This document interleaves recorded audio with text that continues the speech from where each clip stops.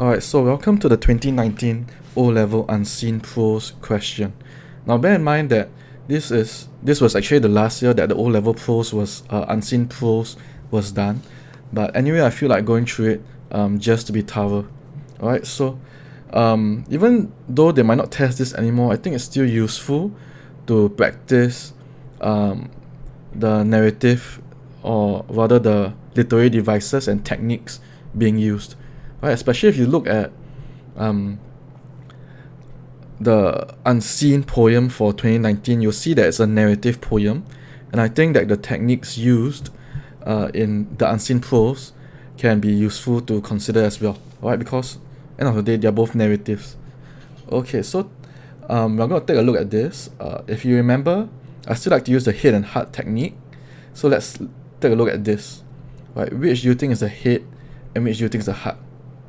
Now, looking at the word sympathy, you might be tempted to think that this is about the heart. However, you have to be clear that he's asking, how does the writer make you feel sympathetic?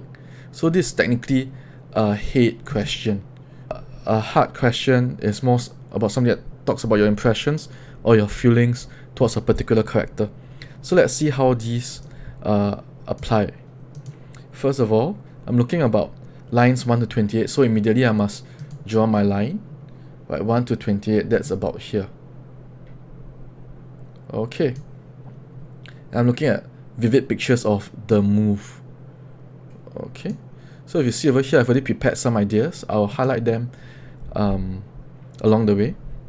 So what vivid picture of the move is being painted here? Well, the memory of the old place, of the old place or place that they're leaving, that she is leaving, is made vivid over here, right? Through phrases like how the place used to have live chickens that used to be sanitary.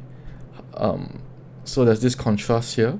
Then of course there's a contrast between Argo of the famous beef ball kway teow soup and the young churlish hawker who now sells rojak, that is rubbery. As well as the wet market. Okay, so this is a vivid picture of the old place that she's leaving, and or rather the current place that she's leaving, alright, the people that have left. Moving on. So if you'll ask me what feeling you'd have, well, a feeling of nostalgia, I suppose. The nostalgic. Okay.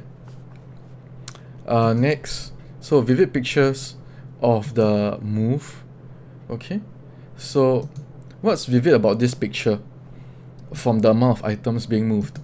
Well, first of all, I'm going to highlight them. Dining table kept upside down like a strange beast.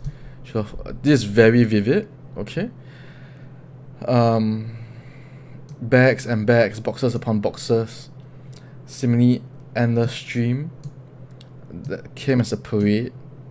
So what picture can we call this? Alright, so looking at the amount of items being moved, what kind of vivid picture do we get?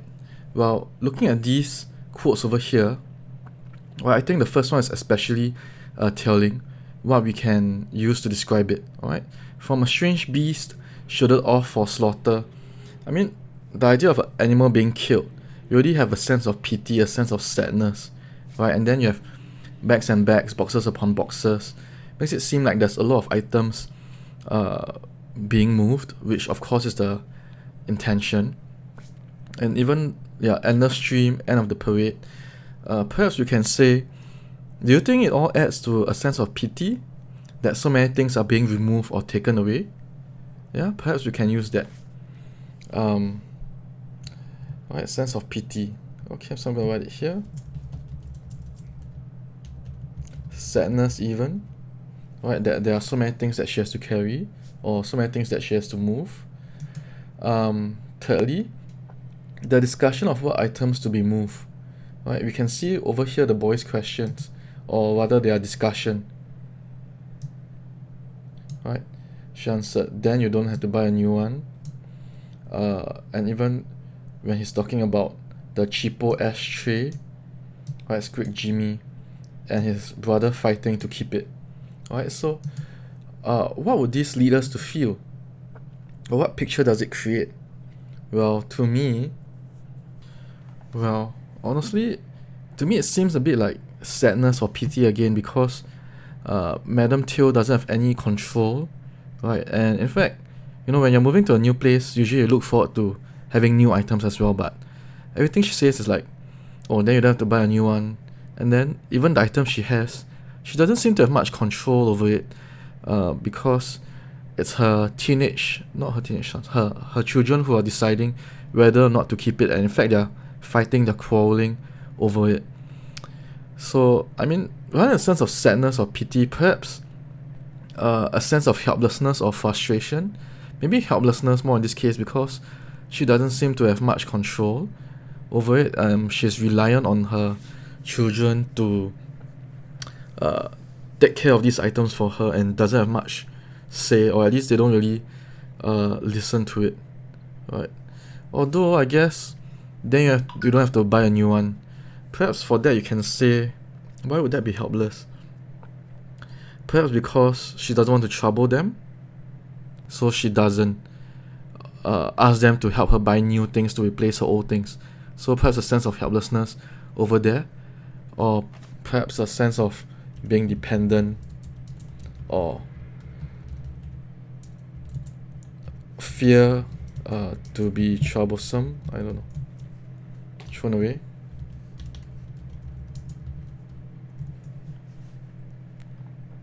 Well, I guess the thrown away part can also apply to the brother. Alright, and the next question, which is the so-called hate question, is about sympathy. So let's look at the techniques being used. First of all, I thought about diction imagery used to show her privacy being lost. So of course we have, let's see, her belongings in the full light of day, okay, exposed to the eyes of curious passers-by, right, eyes of breakfasting old men who are following the progress as if it was on television, right? So I'm sure you can emphasize how not only is it exposed to nature to everyone to see, but it's also fall as if it's something very interesting on live television, right? So definitely the privacy being lost over here. I guess you could link it to a sense of shame as well, and that's why you feel sympathetic towards her, because so many people are just staring at her belongings without hiding it. Okay. Moving on. Perhaps this part is more obvious. Imagery used to share Madame Teoh's painful memories. Okay. So how the technique here is that we are getting inside her head.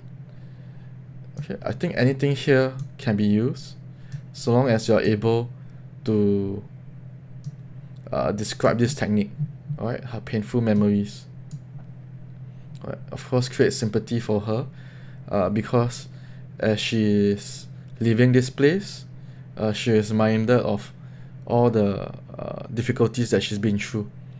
Perhaps you could also mention the fact that her daughter is not here to comfort her.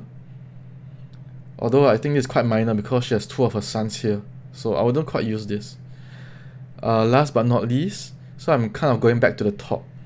And this is again a bonus point. Imagery diction used to create an unhospitable environment. Alright. So as I kind of mentioned above, we can see that she's not sorry to leave her old housing estate, and that's because she has lost the wet market. They stopped selling live chickens. Notice I'm emphasizing something different. Alright. And this guy had retired to be replaced by someone who sells rubbery, didn't know the real stuff. So the fact that the current location she has is inhospitable, or not very or a place with nothing left for her. Okay. Right, that can be used to arouse sympathy in us for Madame Teoh. Alright, so these are my ideas. I hope it helps.